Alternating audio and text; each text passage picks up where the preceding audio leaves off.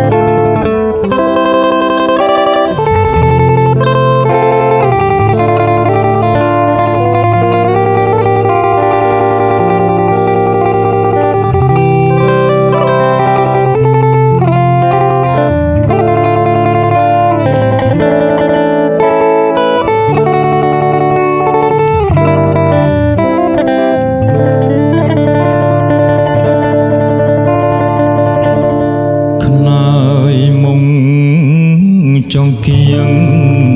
ភ្លៀងគោអងវលន់ទួសួបង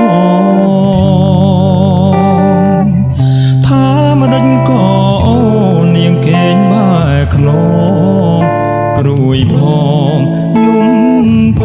ងខឹងនឹងបងឬអូ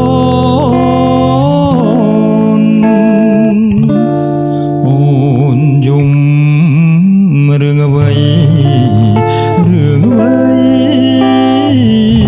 យំបីរាត្រីយំមិនបាត់ឡើយបើខ្នងដាក់ប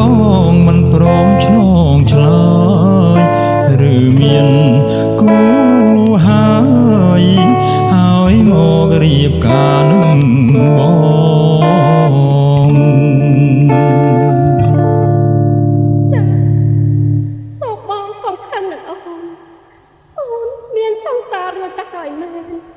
តែម្ដាយគាត់បង្ខំឲ្យអូនរៀបការនឹងបងហើយអូនមិនហ៊ានប្រកាស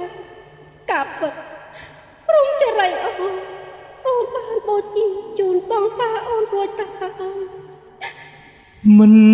ធ្វើទេអូនហើយកុំយំបងមិនបងខំចិត្តអូនឡើយ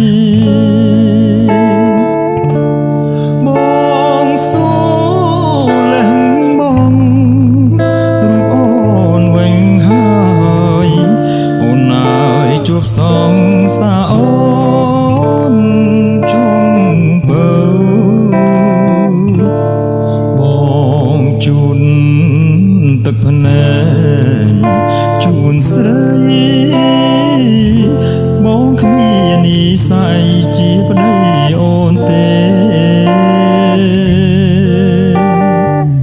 តែចិត្តចូលស្នេហ៍បងនៅតែស្នេហ៍បងមិន